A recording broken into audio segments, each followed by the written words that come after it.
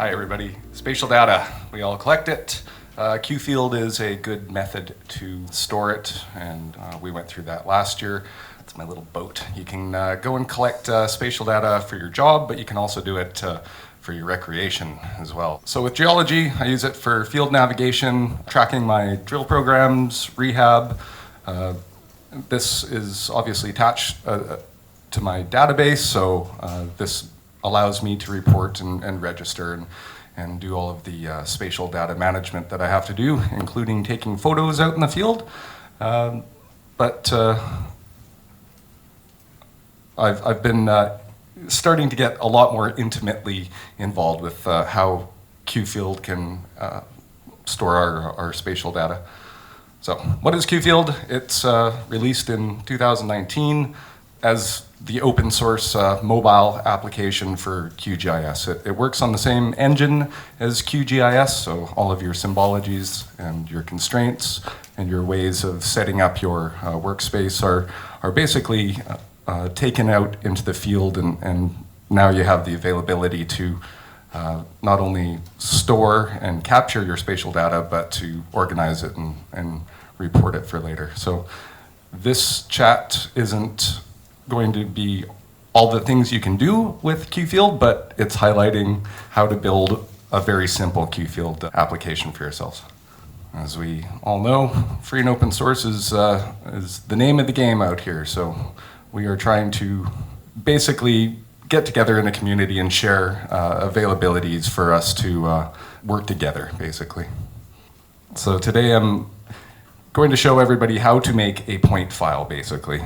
Let's start off with these videos. So this is me creating a QField project in QGIS. So everything starts out with a base map. There's many ways you can get a base map. Here's me just basically selecting a little bit of open street. And I'm going to show you how to make a QField application for the storage of point data. So right off the bat, I'm just getting that little base map, putting it on my layers, and this will allow me to basically form the basis of my spatial data organization system. I'm working offline, ensuring that I've got my spatial coordinate system set up. Okay, so now we've got a base map there. We have to set up a table. I like working in geopackages. I'm sure everybody is familiar with different forms of geopackage and spatial databases. What you have to do is create your table with a certain degree of dedication of making sure that you're catching all of the elements that you want to store. So here I am, we've got a easting, northing, everything is talking with your primary key, which is UUID at the top, and you have availability to select the different types for all of these data fields. So typically for numbers, you'll be switching fields that need numbers to integers and keeping the other more text-derived fields as strings or text. So I'm just switching the data type to integer for the easting northings. What I'm doing is creating a fishing app, basically, to help me store my spatial information when I'm out fishing. So I'm going to have different attributes that I'm collecting in the field and associating with these points. So as I'm creating my data table, I want to make sure that I'm capturing all the information I need in one table. So this involves making sure that you're creating a geometry for your point and getting your spatial reference ID correct as well. So that's creating your spatial index. Happy days. We've basically made a geopackage for our point file that we can start associating decisions basically on how you're collecting. So here we go into the properties. This is the magic of this. So you'll be intimately familiar with the attributes form tab in your layer properties. where you start being able to drag and drop designer. So you have to pull down your drag and drop designer and start making bins to keep all of your fields nicely organized. So I'm creating a container via the green button, and these are basically going to be your tabs in QField. So how it gets displayed in your mobile device is how you organize it here. So I've created 3 bins, one for input data, one for metadata, and then one to collect photos. So after you've organized how your attributes are displayed in QField, you will start playing with the widgets and understanding how else this is going to work. So, all right, so after we've organized our attributes, we want to decide how they're going to look. So I've pre-created a CSV with values and descriptions. So your value is what is stored in the database. Your description makes it a little bit easier for you to understand what the secret code is. This is a good time to start talking about constraints and whether or not you want to have default values populate. So if you know you're a snapper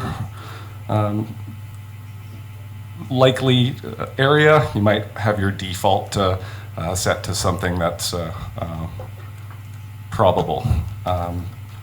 While you're setting up each of these attributes, you have to be aware of whether or not you want to contain null values or whether or not you need unique values and whether or not these constraints are enforced. So if you click those, it's basically going to turn up red until you actually put something into that data capture field. So we're going to leave that one on enforce not null constraints and understand that little quotation marks are what is going to be saved in there. So as we go down to another attribute here, we're going to give value ranges of 0 to 360. So this is the direction that the boat is facing. And I put this direction in here to allow for us to have adaptive symbology to reflect that direction as well. Another option here that I'm going on is lure. This is basically an either or, a Boolean approach. So you can either have bait or lure, and that is just going to have a value map there.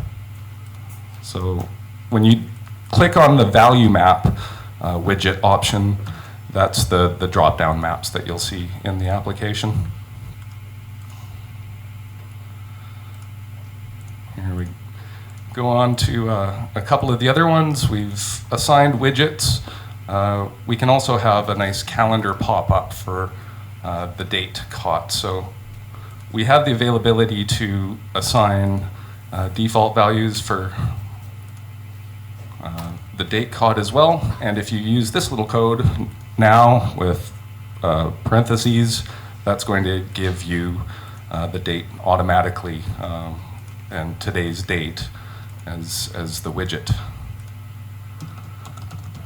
All right, here's another one that we're creating, another value map to allow for the distinction of who caught the fish. And these are just attributes that that you're assigning to your QField application.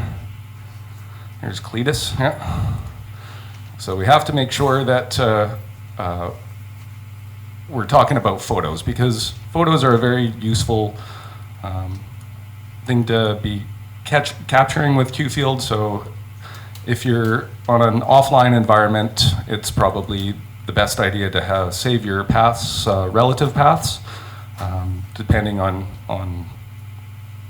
if you're in a connected environment or not.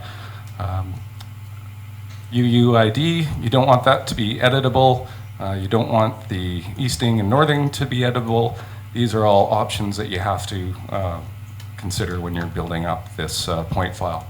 To automatically assign an easting, you do a little $X, and for northing, $Y, so that automatically populates your easting northing, depending on your spatial reference system that you've set up, if you're UTM or not. And there we go for setting up forms. So we've got a few things set up there already. Oh, I think I already saw that one. Let's make a point. So here we are still in QGIS. We've turned on the editing and we're creating a point, and this is how the form that we just set up will appear in QField, but you get to play with it in QGIS right off the bat. So you can see I had the steps of, I think it was 10, and it's picking everything up. The constraint that I put in for the caught by, as well as the photo, means that you have to select something, and it's either going to give you red until you've filled something in, then you get a little check mark and you've met the requirements. So you can see that that point that I created auto-populated the easting and northing, but unfortunately I forgot to do something with the UUID. And this is your primary key. This will be giving a somewhat randomly generated UUID, so it will have a number that's unique for that feature that you've created. So you can see that that's now given itself a identifying number, and every single point will have its own UUID there. So you can see I've already populated a whole bunch of these points now. The goal is to get a symbology that makes it useful, and to help spatially identify and visually identify your different values that you're keeping track of. So I'm going into the SVG area in QGIS, and these are just symbols that come with it. There's a little fish. And what we can do is start assigning that direction that we're capturing of where the boat was pointing. That field is now going to be influencing your marker. So if you were going north, then your little fishy will be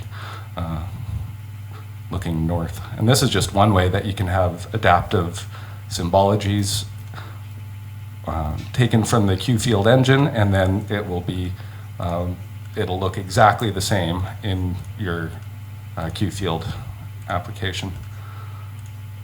So you just go through and you can copy and paste your symbologies to make it a little bit quicker for yourself.